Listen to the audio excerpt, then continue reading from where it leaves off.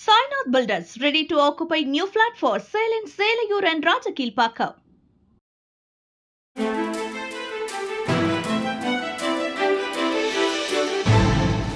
தட்டை, சீடை, முறுக்கு, ரிப்பன் போகடா, அதிரசம் என்ன வேணாலும் செய்யுங்க. ஒரே ஒரு 5 லிட்டர் இதய மந்த்ரா கடல் எண்ணெய் பேக் ஒரு மாசம் முழுசுக்கும் அத்தனை சமையல் முடிச்சு விடலாம். இதய மந்த்ரா. ஈரானுக்கு எதிரான இஸ்ரேல் போரின் நோக்கமே எந்த காரணத்தை கொண்டும் அந்த நாடு அணு ஆயுதம் தயாரித்து விடக்கூடாது என்பதுதான்.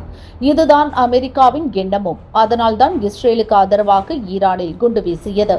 12 நாட்கள் நடந்த இந்த போரில் ஈரானின் நடான்ஸ், ஃபோர்டோ, இல்பஹான் அணுசக்தி மையங்களை குறிவைத்து இஸ்ரேல் குண்டுமழை பொழிந்தது. நடான்ஸ் தான் இருப்பதிலேயே பெரிய அணு மையம். அதை மிகப்பெரிய அளவில் இஸ்ரேல் தகர்த்துவிட்டது. இல்பஹானில் பெரிய சேதம். 2 இடங்களும் பாதிப்பில் இருந்து மீண்டு வர ஈரானுக்கு காலங்கள் ஆகும். ஆனால் ஈரானிடம் இருப்பதிலேயே பாதுகாப்பான அணுசக்தி கூடம் ஃபோர்டோ தான். பூமியிலிருந்து 30 அடி முதல் 260 அடி ஆழம் வரையிலான ஆழத்தில் உள்ளது. அதை தகர்ப்பது இஸ்ரேலால் முடியாத காரியமாக இருந்தது. இதற்கு உதவதான் அமெரிக்காவை நேரடியாக போரில் குதித்தது. B-2 பாம்பர்ஸ் என்னும் சக்தி வாய்ந்த போர் விமானங்கள் மூலம் ஈரானில் குண்டு வீசியது.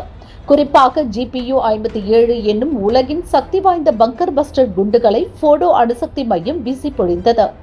நடான்ஸ், இல்பஹான் அணுசக்தி மையங்களிலும் குண்டு வீசியது. 3 முற்றிலும் அழிக்கப்பட்டதாக ட்ரம்ப் முதலில் சொன்னார். உலகத்தில் எந்த நாட்டு ராணுவத்தாலும் சாதிக்க முடியாததை அமெரிக்க ராணுவம் சாதித்துவிட்டது என்றும் மார்த்தட்டினார். இதற்கிடையே ஃபோர்டோவில் இருந்து 60% செறிவூட்டப்பட்ட 400 கிலோ யுரேனியத்தை ஈரான் பாதுகாப்பாக வேறு இடத்திற்கு கடத்திவிட்டது என்ற தகவல் வெளியாகி அதிர வைத்தது.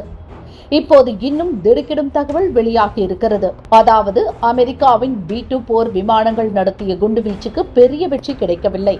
இதை அமெரிக்கா மற்றும் இஸ்ரேலின் உளவுத்துறையினரும் விஞ்ஞானிகளும் கிட்டத்தட்ட உறுதி செய்திருக்கின்றனர். ஈரானில் அமெரிக்கா நடத்திய தாக்குதலில் நேர்ந்த சேதம் பற்றி முதல்கட்ட அறிக்கையை அமெரிக்க உளவுத்துறை சமர்ப்பித்துள்ளது. அதில் ஃபோர்டோ அணுக்கூடத்தில் பெரிய சேதம் இல்லை. குறிப்பாக யுரேனியம் செறிவூட்டும் பகுதிகள் முழுமையாக அழிக்கப்பட்டதா என்ற சந்தேகம் உள்ளது.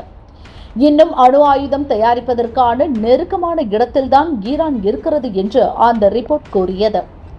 இதே சாரம்சம்தான் இஸ்ரேல் உளவுத்துறை ரிப்போர்ட்டிலும் இருக்கிறது.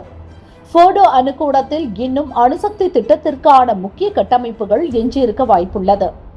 ஈரான் எவ்வளவு யுரேனியத்தை கடத்தி சென்றது, இன்னும் எவ்வளவு யுரேனியம் ஃபோர்டோவில் இருக்கக்கூடும் என்பதை உறுதி செய்ய முடியவில்லை.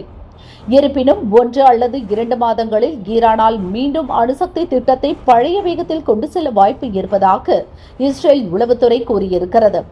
ஃபோர்டோ அணுக்கூடம் மீது மொத்தம் GPU-57 என்னும் சக்தி வாய்ந்த பங்கர் பஸ்டர் குண்டுகள் 14 இன்னும் வீசப்பட்டது. இந்த குண்டு ஒவ்வொன்றும் தலா 13.5 டன் எடை கொண்டது. 200 அடி ஆழம் வரை பூமிக்குள் ஊடுருவி சென்று தாக்கும் தன்மை கொண்டது.